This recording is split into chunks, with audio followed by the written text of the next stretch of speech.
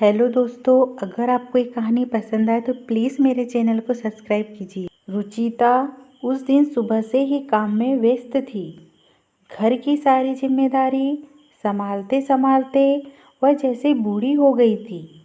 काम निपटाकर वह मशीन पर बैठी थी कि तभी फ़ोन की घंटी बजी। स्क्रीन पर देखा तो नंबर अनजान था। उसने फ़ोन उठाया तो दूसरी ओर सुरीली आवाज़ सुनाई दी। हेलो रुचिता। हाँ, मैं रुचिता ही बोल रही हूँ। पहचाना? आवाज़ तो जानी पहचानी लग रही है, पर पहचान नहीं पा रही हूँ। अरे, मैं अनीता बोल रही हूँ, तुम्हारी खास फ्रेंड। अब पहचाना? अनु, तुम? इतने सालों बाद आंखें झलक आई। तुम्हें मेरी याद आई? तुम्हें कैसे भूल सकती हूँ? तुम तो मेरे दिल में हो। ऐसा एक भी दिन नहीं गया जिस दिन तुम्हें याद ना किया हो। सुन, हम जल्दी ही मिलने वाले हैं। एक खुशखबरी देने के लिए तुम्हें फ़ोन किया था। अपने कॉलेज में रीयूनियन है। अपने बैच के सभी लड़कों लड़कियों को मिलना है। तुम आओगी ना? देखती हूँ यार, घर में मम्मी जी से पूछकर शाम को तुम्हें बताती हूँ। ठीक है, आने की कोशिश करना। चलो, फ़ोन करना भूलना मत। रुचिता मशीन की सुई में धागा डालते डालते कॉलेज के दिनों में पहुंच गई। 1 से 12वीं तक वह एक ही स्कूल में पढ़ी थी। जब वह 11वीं में आई, एक नया लड़का उसके क्लास में आया। बहुत ही हैंडसम, जैसे फिल्म का हीरो देख लो। पहले ही दिन से लगभग सभी लड़कियां उसकी दीवानी हो गई थी। उनमें रुचिता भी थी। वह जितना खूबसूरत था उतना ही प्यारा उसका नाम भी था, ऋत्विक, जो सुनते ही मन को भा जाए। सभी लड़कियां अपने मन की बात एक दूसरे से करती, पर रुचिता ने अपने मन की बात अपने मन में ही दफन कर ली थी। उसके घर के सभी लोग रूढ़िवादी और सख्त थे। अगर उसने कभी भूल से किसी लड़के की नोटबुक ली हो या किसी लड़के को अपनी नोटबुक दी हो और घर वालों को इसका पता चल गया हो, तो उस दिन घर में बवाल हुआ ही था। इसलिए रुचिता लड़कों से बातचीत कौन कहे उनकी ओर देखती तक नहीं थी। ऋत्विक ने कुछ ही दिनों में रुचिता को छोड़कर सभी लड़कियों को फ्रेंड बना लिया था, पर वह हमेशा रुचिता की ओर ही ताका करता था। कितनी सौम्य लड़की थी, टैलेंटेड भी उतनी ही, कम बोलने वाली, पर क्लास में जब कभी किसी सवाल का जवाब देती, मन करता उसकी मीठी आवाज़ सुनते ही रहे। ऋत्विक सोचता कि काश एक बार वह उससे बात करे तो वह उसकी ओर दोस्ती का हाथ बढ़ाए, पर रुचिता ने कभी भी उससे बात नहीं की। वह स्कूल पहुंचकर जब तक रुचिता को देख नहीं लेता था, उसके कलेजे को ठंडक नहीं पहुंचती थी। रुचिता के मन की भी यही हालत थी, पर वह किसी से अपने मन की बात कह नहीं सकती थी। स्कूल का न्यूअल फंक्शन था। कार्यक्रम की एंकरिंग लड़कियों की ओर से, रुचिता तो लड़कों की ओर से ऋत्विक कर रहा था। सबसे पहले मेहमानों का स्वागत हुआ। रुचिता की सुरीली आवाज़, साथ ही माइक में बोलने का गजब का कॉन्फिडेंस, का एक एक वाक्य शायरी की तरह लगता था, जिस पर तालियों की गड़गड़ाहट गूंज उठती थी। बोलते बोलते रुचिता और ऋत्विक की आंखें मिल जाती। बिना कुछ बोले ही ना जाने कितनी बातें हो जाती। अंदर के भाव आंखों में जैसे तैरते दिखाई देते। एनुअल फंक्शन का मेन हार्द इस साल का बेस्ट स्टूडेंट घोषित करना था। जब शिक्षक श्री ने माइक हाथ में लिया तो वह नाम सुनने के लिए सभी के कान राह देखने लगे। तभी नाम की घोषणा हुई। इस साल के बेस्ट स्टूडेंट का अवार्ड रुचिता मेहता के हिस्से में जाता है। रुचिता तो खुशी से उछल ही पड़ी थी। उससे अधिक खुशी ऋत्विक के चेहरे पर झलक रही थी। रुचिता ने मम्मी पापा के साथ जाकर ट्रॉफी ले ली। वह दिन उसके लिए बहुत ही यादगार था। वह स्टेज से उतरकर अपनी जगह पहुंची तो खुशी में ऋत्विक ने उससे हाथ मिलाते हुए उसे शुभकामनाएं दी। यह दृश्य रुचिता के पापा की नज़र के कैमरे में कैद हो गया। यह देखकर वह सहम उठी, पर वह कुछ कह नहीं सके और चुपचाप अपनी जगह पर बैठे रहे। पहली बार हुआ स्पर्श रुचिता के दिल को छू गया। मन में लड्डू फूटने लगे। ऐसा ही अनुभव ऋत्विक को भी हुआ। एनुअल फंक्शन का कार्यक्रम बहुत अच्छी तरह पूरा हुआ, पर दोनों के दिलों में प्यार जाग उठा। रुचिता ने प्यार को पंख नहीं फूटने दिए। उसने अपने इस प्यार को हृदय के एक कोने में छुपा दिया। ऋत्विक ने 2-3 बार उससे बात करने की कोशिश की, पर वह बात नहीं कर सका। परीक्षा नज़दीक थी, इसलिए वह पढ़ाई में व्यस्त हो गया। परीक्षा पूरी होते ही अचानक रुचिता की सगाई और फिर जल्दी ही विवाह कर दिया गया। रुचिता से प्यार करने की बात ऋत्विक ने अनीता से बताई और उसे देने के लिए एक चिट्ठी भी दी। अनीता जिस दिन रुचिता को चिट्ठी देने पहुंची, उसी दिन उसका ब्याह था और बारात आ चुकी थी। अनीता सीधे रुचिता के कमरे में पहुंची और दरवाज़ा बंद करके बोली, रुचिता, तुमने अपने विवाह की बात बताने की और निमंत्रण तक नहीं दिया। आंखों में आंसू लाकर रुचिता बोली, क्या करूँ यार, मेरे पापा के स्वभाव के बारे में तो तुम्हें पता ही है। मुझे घर से बाहर नहीं निकलने दिया गया। मुझे भी पता नहीं कि मेरा विवाह इतने जल्दी क्यों किया जा रहा है। इतना कहकर रुचिता अनीता के गले लगकर रोने लगी। रुचिता, मैं तुम्हारे खास सहेली हूँ। अपने दिल पर हाथ रख सच सच बताना कि तुम ऋत्विक से प्यार करती हो। हाँ, करती थी। जिस दिन से देखा था उसी दिन से उसे चाहने लगी थी, पर आज मैं उसे किए प्यार को अपने दिल में दफन कर रही हूँ। मेरे घर में प्यार शब्द का उच्चारण भी अपराध है। अब मेरे पापा के हाथ से जो लिखा जाए वही मेरा जीवन है। ऋत्विक ने यह चिट्ठी भेजी है। क्या लिखा है मुझे पता नहीं, तुम पढ़ लेना। ऋत्विक के चिट्ठी भेजने का मतलब है वह भी मुझे पसंद करता था। हाँ रुचिता, पूरे क्लास की लड़कियां उसके पीछे पागल थी, पर वह तो तुम्हारे नाम का दीवाना था। पर अब क्या सच है, वह मेरे नसीब में नहीं लिखा था। मेरा नसीब तो मुझे कहीं और ले जाना चाहता है। अब यह चिट्ठी लेकर क्या करूँगी, केवल अपना जी जलाऊंगी। ऐसा करना, तुम यह चिट्ठी उसे लौटा देना और उससे कह देना कि रुचिता अब किसी और की अमानत है। अरे एक बार तुम देख तो लो क्या कहना चाहता है तुमसे। अनीता ने जिद की तो रुचिता ने चिट्ठी ले ली। वह खोलने जा रही थी कि दरवाज़ा खटका तो उसने वह चिट्ठी चूड़ियों के डिब्बे में नीचे दबा दी। रुचिता की बारात आ गई थी। उसका विवाह धूमधाम से हो गया। अपनी विवाह की वेदी से उसने अपने प्यार को होम कर दिया था और रिधम के साथ सप्तपदी के 7 वचनों में बन गई थी। रिधम भी रुचिता को बहुत प्यार करता था। विवाह के 2 सालों बाद एक सुंदर बेटी रिधवी पैदा हुई।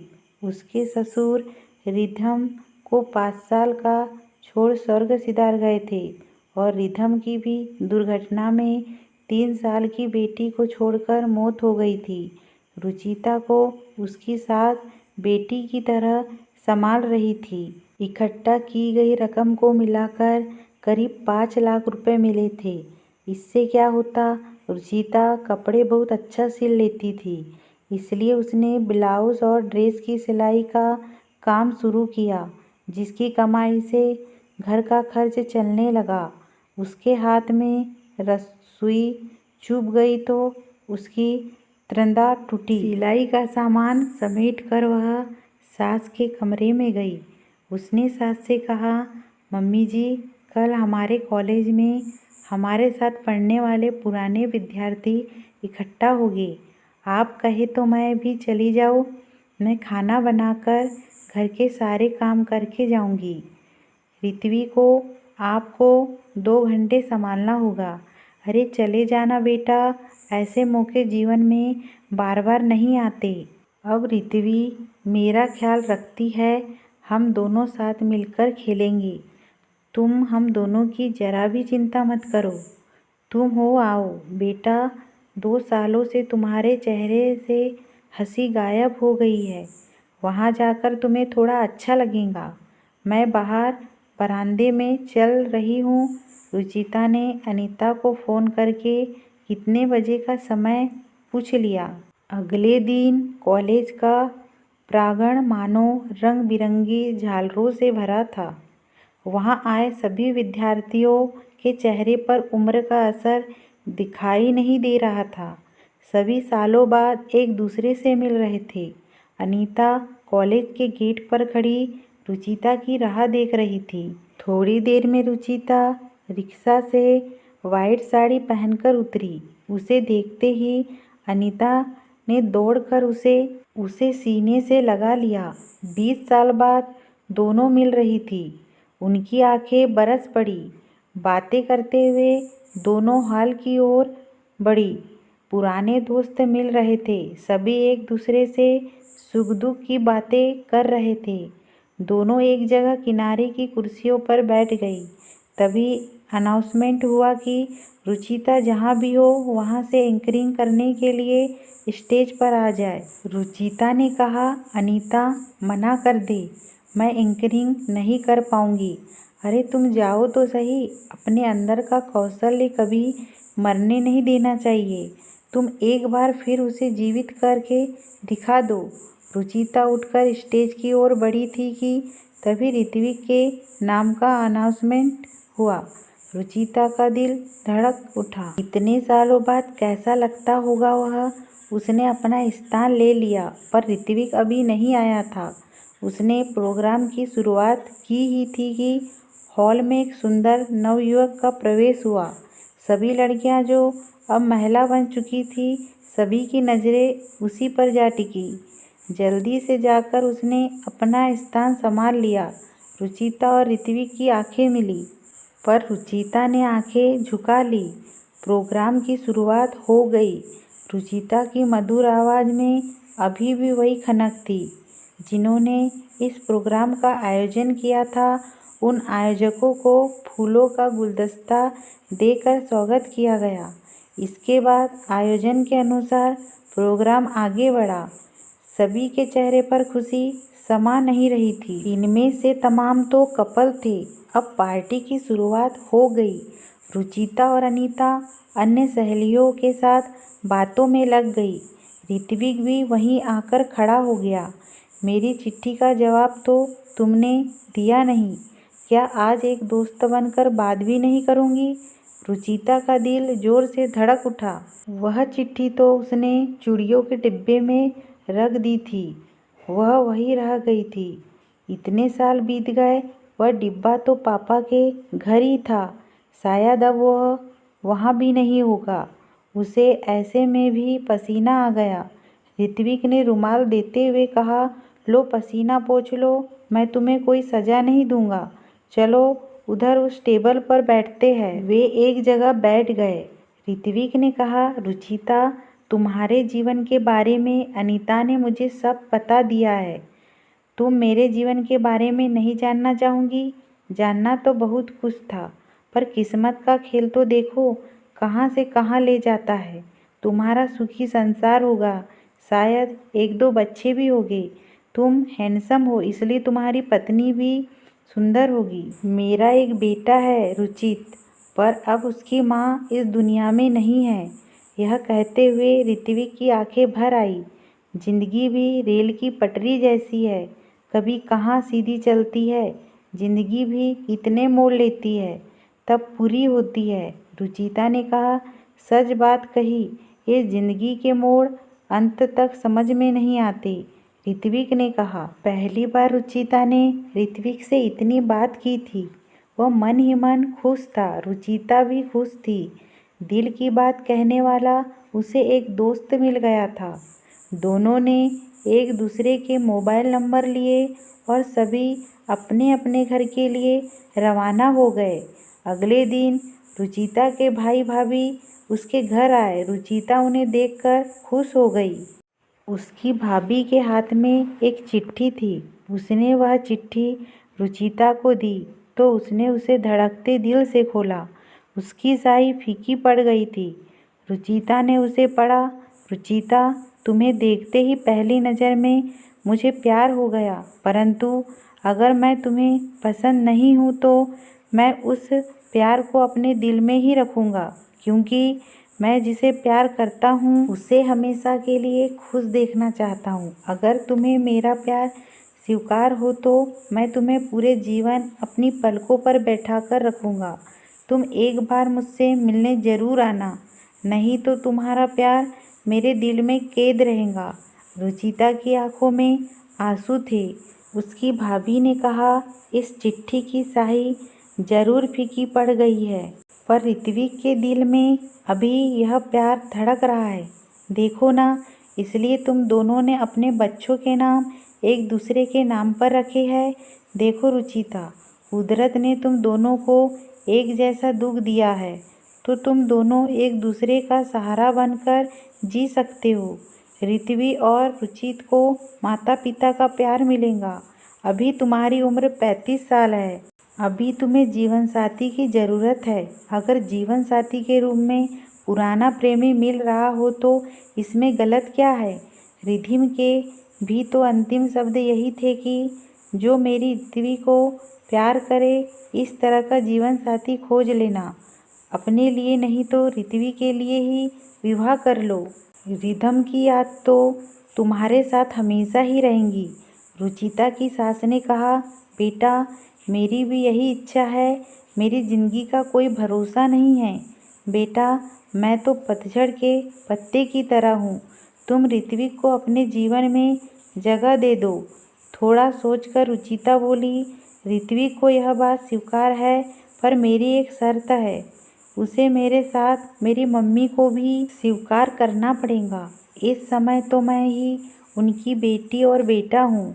उनकी देखभाल की जिम्मेदारी मेरी ही है। अगर उन्हें स्वीकार हो तो मैं तैयार हूँ। अगले दिन सवेरे ही ऋत्विक और अनीता सगाई की चुनरी लेकर आ गए। साथ में रुचित को भी ले आए थे। ऋत्विक रुचिता की सास के पैर छूते हुए बोला, आज से आप मेरी माँ हैं। मैं आपको कभी दुखी नहीं होने दूंगा। रुचिता की सास की आंखें झलक आई। ऋत्विक में उन्हें रिधम का चेहरा दिखाई दिया। उन्होंने ऋत्विक के सिर पर हाथ फेरा तो उसने उनकी गोद में सिर रख दिया। बहुत दिनों बाद माँ का प्यार मिला था। ऋत्विक और रुचिता पुराने प्रेमी से एक दूसरे के जीवन साथी बन गए थे। अगर ये कहानी आपको पसंद आई हो तो प्लीज़ मेरे चैनल को सब्सक्राइब कीजिए।